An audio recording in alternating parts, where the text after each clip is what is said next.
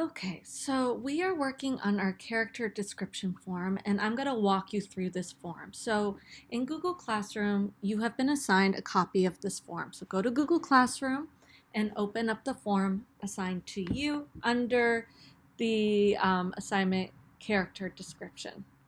Okay.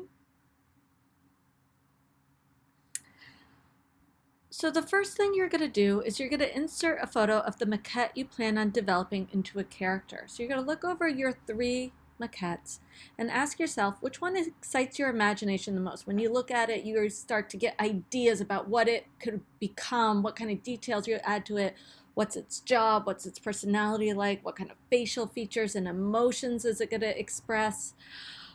The one that just the ideas start popping. So that's the one you're going to want to choose. Once you've chosen that, go ahead and drag and drop it, the image of it, into this form in this box. Now, if it's really big like mine, I'm going to make it smaller so it fits all into that box neatly. Okay. And then I can just move it up here.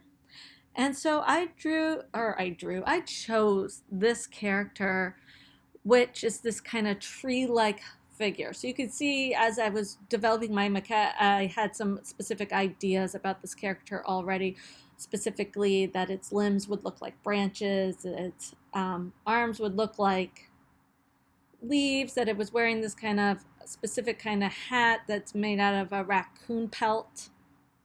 Okay, but there's a lot more I can add to this character to fully bring it to life. It might need clothing, for instance. It is carrying a bird cage, and you might want to think, is there going to be a bird in there? If it's wearing clothing, what kind of clothing is it? It's clearly got some sort of job. I feel like it's not necessarily a pleasant character. It feels more like a character that stalks the trees looking for birds. I feel like it's maybe some sort of evil sorcerer or pixie. Okay.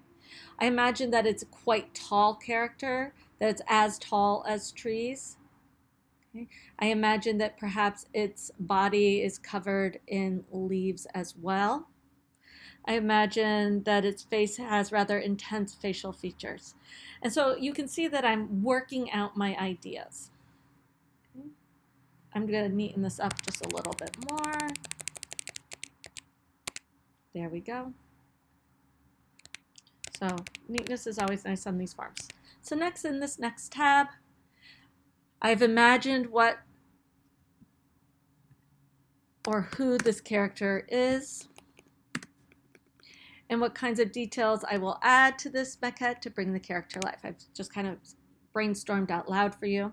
And now I want to write one detailed paragraph describing the character you will develop for this maquette. Your description should allow the reader to fully imagine who your character is, what they look like, and what they feel.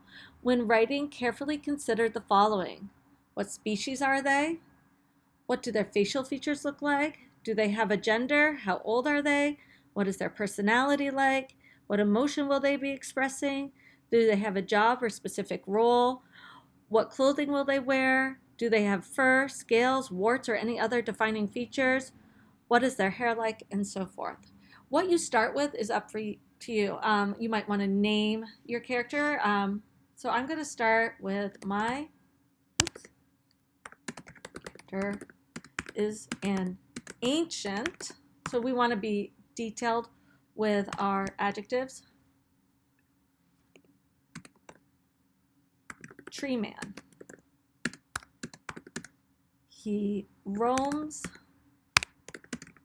the forest collecting songbirds. I like the idea of it being songbirds because it's like we always associate songbirds with like positive characters like Cinderella or Snow White who can talk to those cute little birds, and this kind of evil character steals those birds. He takes music out of this world. Now I might want to start describing him physically. He is quite tall, as tall as the tallest trees. What are you guys doing? with large feet and branches for legs, arms. And then I'm going to correct that. Okay, so I'm adding lots of details like tallest trees, Hey, Mama. large feet. Mommy, are you in class right now? I'm creating a video for our students, sweetie, so can you give me a second? Okay. And branches for legs and arms. Okay. Are you in class? No, I'm working.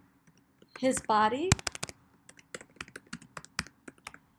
is long and covered in dried, dead leaves. His skin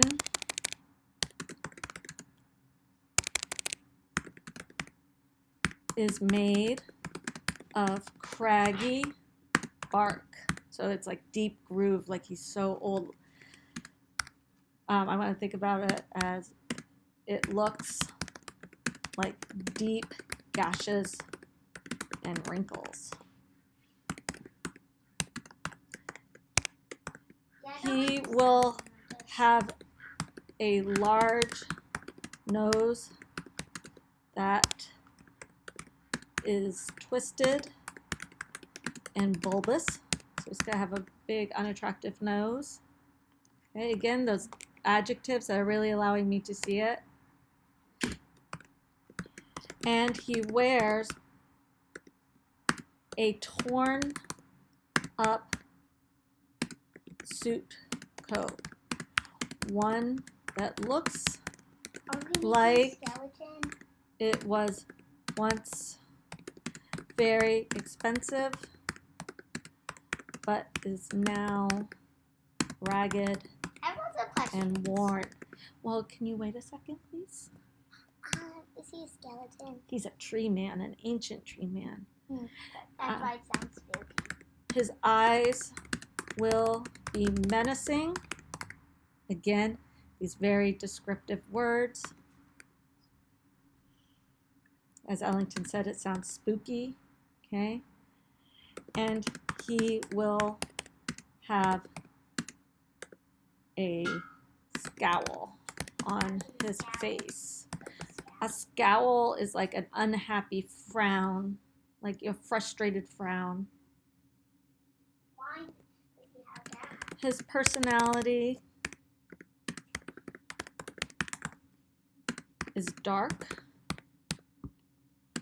damaged.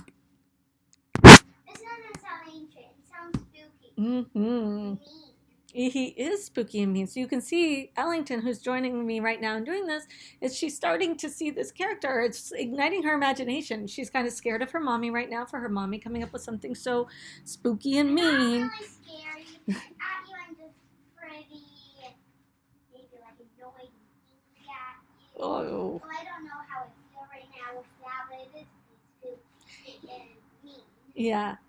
And he frightens away all the animals. What? On his head, he wears a hat. Currently, it is a beaver hat, but I think I might change it so that it appears to be made of songbirds. Oh man, my imagination went so dark with this. You do not need to make your characters dark. This is just what came to my mind as I was describing it. That's what happens when you let your imagination roam. You're taking this thing that you've started to make and you're expanding on it, and your imagination should go to all different kinds of places. And if you need to reel it back in, if you feel like this isn't the direction I want to go, I want to make it gentler, calmer, more joyful, or you want to make it angrier or more frightening, it's up to you. However, I do need you to keep it within the PG-13 mode. No serial killers, mass murders, or anything that would give it an R rating. Imagine you are making this for people 12 and under. if you will. So even Just in like me. like Ellington, so PG mode. Like I can see this giant tree man lumbering through the forest, stealing the birds, bringing them back to perhaps a sorcerer who takes the songs of the birds and steals the joy from the land. And then the heroine of the story would have to not only defeat the tree See monster, that, yeah, defeat the ancient tree man or the army of ancient tree mans, but also defeat that sorcerer to return the songs to the forest. So as I'm imagining this character, I'm also developing that backstory. You do not have to write your whole backstory, but it helps to have that backstory developing about your character so that you can add more and more detail. So be creative. Remember to revise and refine your writing. I would go back in here. He roams the forest collecting songbirds for an evil sorcerer. Okay. I'll take the songs and make them into hats. Okay.